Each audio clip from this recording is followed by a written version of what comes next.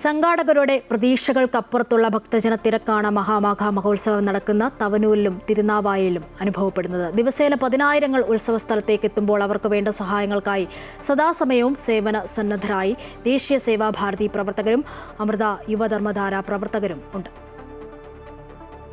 ദിവസേന 1,00,000-ഓളം പേരാണ് മഹാമാഘ മഹോത്സവത്തിൽ പങ്കെടുക്കുന്നതിനായി തവനൂരിലും തിരുനാവായയിലും എത്തുന്നത്.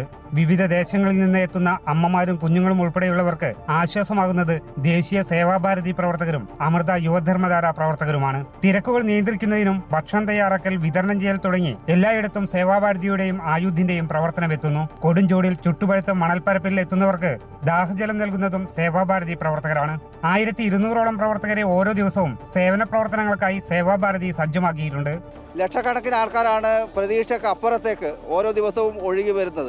ആ ആളുകളെ ശുശ്രൂഷിക്കാനും അവരെ വേണ്ടുന്ന കാര്യങ്ങൾ ചെയ്യാനും അവർക്ക് വേണ്ട സൗകര്യം ചെയ്തു കൊടുക്കാനും സേവാഭാരതിക്ക് കിട്ടിയിട്ടുള്ള ഒരു അസുലഭമായിട്ടുള്ള ഒരു ഭാഗ്യം എന്നുള്ള നിലയിലാണ് സേവാഭാരതിയുടെ പ്രവർത്തകർ ഈ പ്രവർത്തനം ഏറ്റെടുത്ത് നടത്തിക്കൊണ്ടിരിക്കുന്നത്. അതുകൊണ്ട് നിരവധിയായിട്ടുള്ള പ്രവർത്തകർ ഈ രാവിലെ തൊട്ട് രാത്രി വരെ ഈ പ്രവർത്തനം ചെയ്യുന്നു. സേവാഭാരതിയുടെ പ്രവർത്തകർക്ക് വേണ്ടുന്ന പോലീസ് ഭാഗത്തു നിന്നുള്ള നിർദ്ദേശമുണ്ട്.